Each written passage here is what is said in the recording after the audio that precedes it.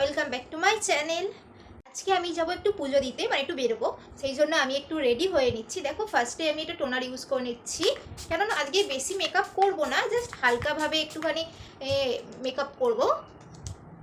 এরপর দেখো আমি একটা নিভিয়া সফট ময়শ্চারাইজার ইউজ করে নিচ্ছি, কেননা আমার তো ড্রাই স্কিন, সেই জন্য আমি ক্রিম বেস ইউজ করলাম।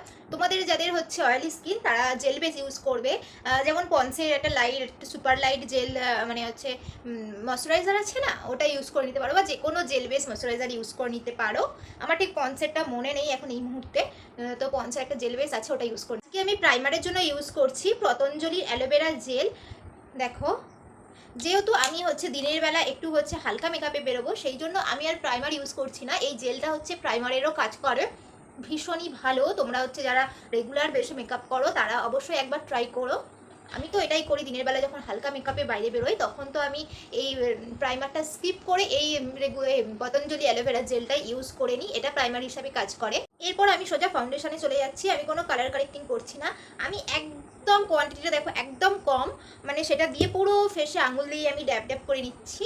একদম হালকা হাতে আমি হাত দিয়েই ব্লেন্ড করে নেব, তারপর স্পাঞ্জ দিয়ে করব। যেহেতু দিনের বেলা যাচ্ছি আর এত ভীষণ গরম, সেই জন্য আমি মেকআপটা চাইছি একটু হালকার ওপরে থাকবে।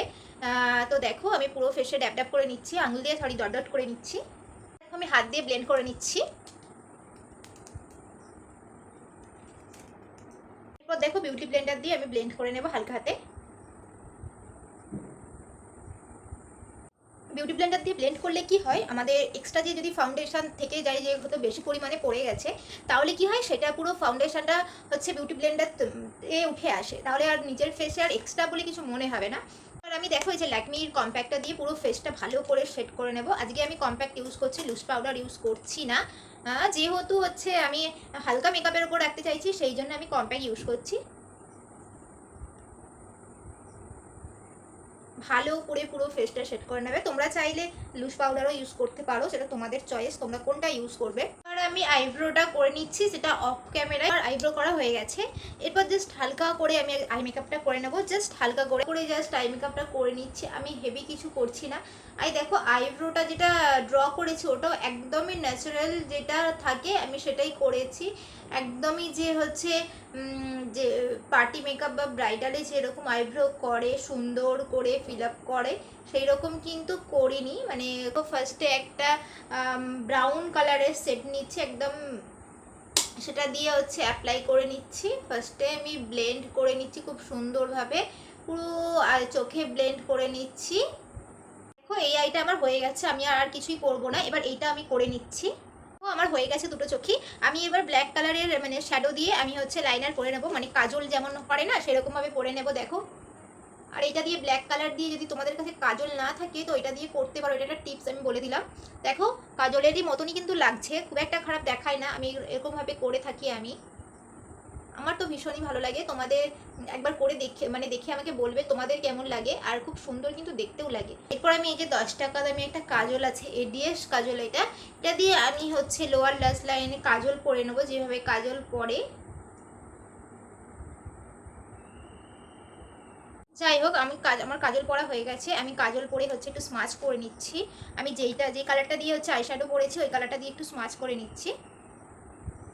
দেখো লিপস্টিক দিয়ে আমি এবার ব্লাশ করে নিচ্ছি, ব্লাশ লাগিয়ে নিচ্ছি। আজকে আমি লিপস্টিক দিয়ে পরবো।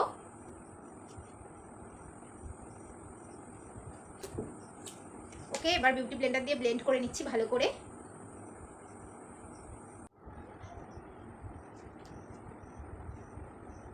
এরপর আমি হাইলাইটার ইউজ করে নিচ্ছি একদম হালকা।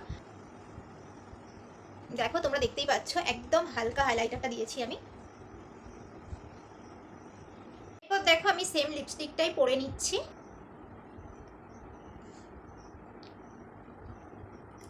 এই দুটো হচ্ছে লিপস্টিক মিক্স করে এই কালারটা এসেছে। দেখো আমার তো এই কালারটা ভীষণ ভালো লেগেছে। যাই হোক এবার আমি হেয়ারস্টাইলটা করে চাট করে ফিরে আসছি। এটা দেখো আমার ফাইনাল লুক। আমি হচ্ছে একটা জুয়েলারিও পরে নিয়েছি, কানের পরে নিয়েছি, হাতে চুড়িও পরে নিয়েছি। দেখো এই লুকটা যদি তোমাদের ভালো লাগে তো একটা লাইক করো, একটা কমেন্ট করো, অবশ্যই মানে শেয়ার করো ভিডিওটা। আমার চ্যানেলটা যদি নতুন হয়ে থাকো তো সাবস্ক্রাইব করে দাও। ঠিক আছে, ততক্ষণের জন্য ভালো থেকো, সুস্থ থেকো, বাই বাই।